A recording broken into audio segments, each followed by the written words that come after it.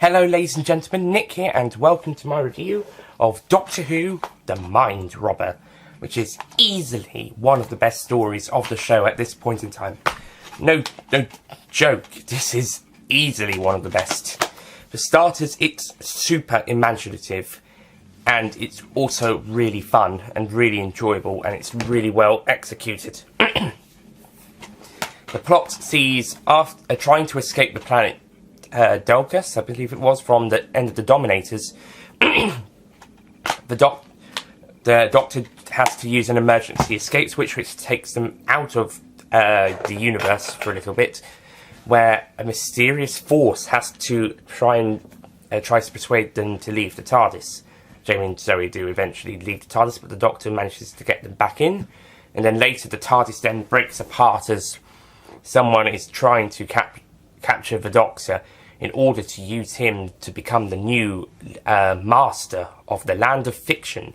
And he's the master brain who's trying to do this, and he's using this writer for a magazine comic strip or something to control the land of fiction. And now he wants the Doctor because this other guy's getting a bit too old. He's can't go on forever.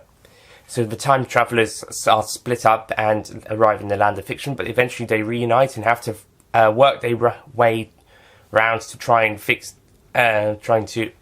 solve the problem and trying to escape the land of fiction. So, The Mind Robber. Okay, this one has a little bit of a troubled production history. For starters, The Dominators was cut down from 6 episodes to 5. Thankfully. Small mercies come very rarely. So that left a gap into production block, and instead of having another mission to the unknown, Derek Sherwin, the script editor, decided to have an extra episode for this story and have each episode be 20 minutes instead of 25, meaning that it's as long as a 4-parter, like it was originally going to be, but it's now 5 20-minute episodes instead of 4 25-minute episodes. And this little extra episode, as well as seeing what the team escaping Delcus, which no doubt would have been resolved at the end of the Dominators, and the TARDIS being split into pieces again, probably would have been at the end of the Dominators and tie into the start of the original Mind Robber. In the new version, they escape. There's a bit of stuff in the TARDIS, and also this white void, and you'd be surprised how much good stuff actually takes place in a blank white void. So long as the writing is good and it's executed brilliantly, and it's got quite a bit of imagination. And then with the TARDIS breaking apart at the end of part 1, start of part 2, we then get to the meat of the story with the Land of Fiction segments. The rest of the stories in the Land of Fiction. So we then go down. We get to meet some great fictional characters, both from classic literature, mainly for children's classic literature, and Greek mythology, and even some new fictional characters like the Carcass, who's a superhero from comic strips in the year 2000. Who's the guy that the Master uses to start with, the one with the long nose? Maybe he's a new fictional character, I'm not certain about him. But everybody else is a fictional character from something else, like Gulliver. You got Gulliver from Gulliver's Travels, played by Bernard Hofsnell, who will go on to be a Time Lord. And there's Blackbeard. Okay, technically he's not really fictional. I think we should have gone with Long John Silver. He's fictional. Then there's also Lancelot and D'Artagnan. There's Rapunzel. There's a couple of school children who don't really dare to do much besides become being school children of the 60s or thereabouts.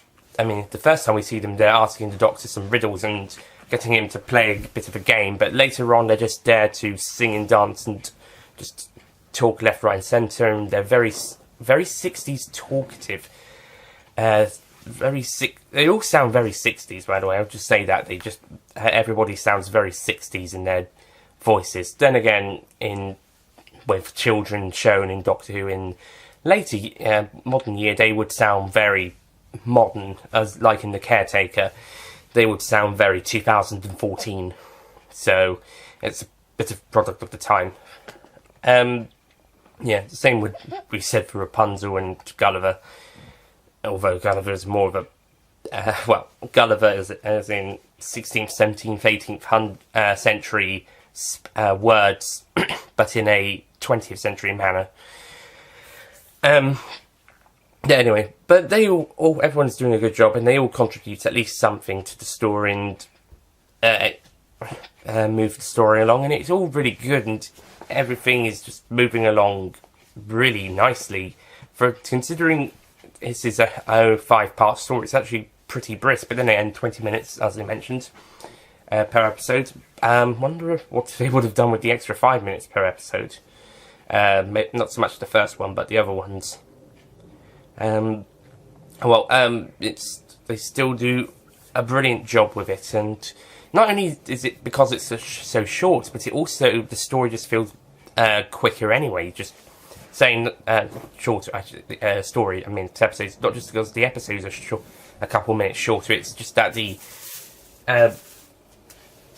just feels like a faster paced story. Things are happening, unlike the Dominators, where I was like, where are we? How far are we to the end? This one, it was fine. I didn't need to worry about that. I was just enjoying myself.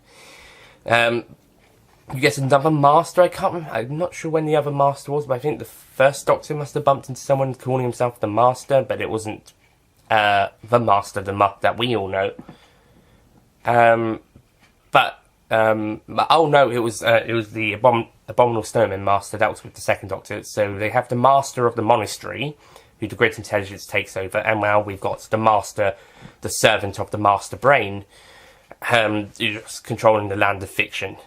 The next Master we will see will be Roger Delgado as the Master in 2 seasons' time. Anyway, yeah, it's just a really fun, really engaging story. I don't really have anything negative to say about it. I will say the only really thing I'm not so keen on was the children they were a little bit annoying later on down the line.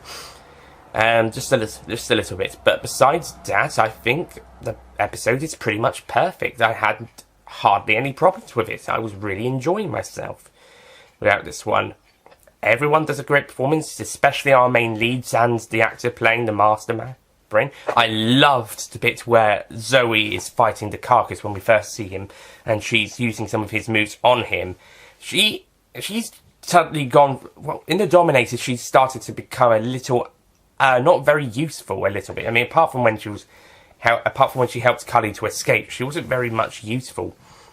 And she started turning into Victoria, and it felt like the story had been written to feature Victoria instead of Zoe. Here, this story not only takes us back to the Zoe that we saw in The Wheel in Space, with some minor bits from the Dominators, with her over-the-top screaming at the end of Part 1, start Part 2, and a scream earlier on in Part 1 that would be replicated in the 5 Doctors. But for the rest of the story, she's gone back to a more Wheel in Space Zoe, and improved on. She is brilliant in this story, screaming aside, in the earlier episodes, but screaming aside, she is fantastic. She is fun. They fixed Zoe. I think she's going to become the brilliant companion we know from this point onwards. Let's just pretend the Dominators never happened and say this is her second story. Just much better. And Wendy Padbury is able to give a even better performance. Probably her best performance so far. We'll see as we go along. And like Perry later down the line, she's going to put on lots of clothes. But she's able to pull all of her costumes off really nicely. So, more props. Yeah. So, everything's brilliant. I would like to know more about the Land of Fiction. Like, how was it created? What's it doing now? Did the Doctor destroy it? He must have destroyed it. How did the Master Brain come around? I'm not sure. But they're not answers that need answering. This is one of those cases where I'm not really worried about the answers being answered for this story. There are other times where I demand answers. Demand to know a little bit more. But in this case, it's absolutely perfect. It's fine. I don't really need to worry about it. So, yes. And the Mind Robber is just absolutely spectacular. Just a marvellous, marvellous story. It's so good. I can see why people can claim this to be their favourite Patrick Troughton story or favourite 60 stories. Personally, I still love Tomb of the Cybermen. I thought that was an amazing story, despite some little problems with it. But this is a very close second best Troughton story, and one of the best of the 1960s. Possibly the next best of the 1960s, actually, come to think of it. Yeah, even Dalek's Master Plan can't hold up to this one. At least not as much. I mean, it'd probably be next, or... yeah. But still. So, anyway. The Mind Robber. I'm going to score it a... well, I'm going to give it a 10 out of 10.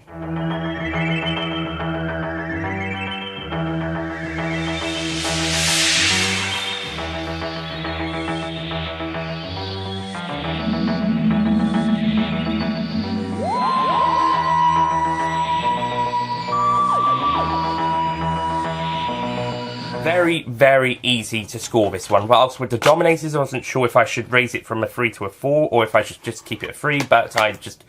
a slightly higher 3 than I previously had it. Here, it's very easy, a 10 out of 10. It's been a 10 out of 10 for a bit. Certainly when I wrote my list up, it was a 10, and yeah, stays at a 10. So, yeah, another brilliant story. I say another, well, we managed to have a fantastic story after the pretty poor story, the really terrible story we had last time round. Now we've got something much, much better, something more akin to Tomb of the Cybermen, or Dalek Master Plan, or Enemy of the World. So, that's it from The Mind Robber, which is just a shame, because I really love this story, but oh well. Next time we've got a longer story to look through. Thought the Dominators being cut down an episode was a good thing, and this one get an extra episode. Actually, that's a really good thing. But they're still the length for 4-parters, so this one is. Next time we'll be getting something that's twice as long as a 4-parter, the 8-part story, that is The Invasion, and I'm going to be watching this story in the 2 4-part segments. So I'm going to be watching parts 1 to 4 on disc 1 first, and parts 5 to 8 on disc 2 afterwards. Note that I think the pictures on these 2 discs ought to have been swapped around. The Cybermen only appear at the end of part 4, so they really ought to have gone on disc 2, and the Brigadier on disc 1. Yeah, I know it's for cover reasons, but you know what I mean. But yeah, The Invasion is next, and episodes 1 and 4 are missing. Damn it! But they've been animated, and I think they are the best animated episodes. Ooh. So this should be fun. Okay, so next time, The Invasion. I'll see you guys then. Goodbye.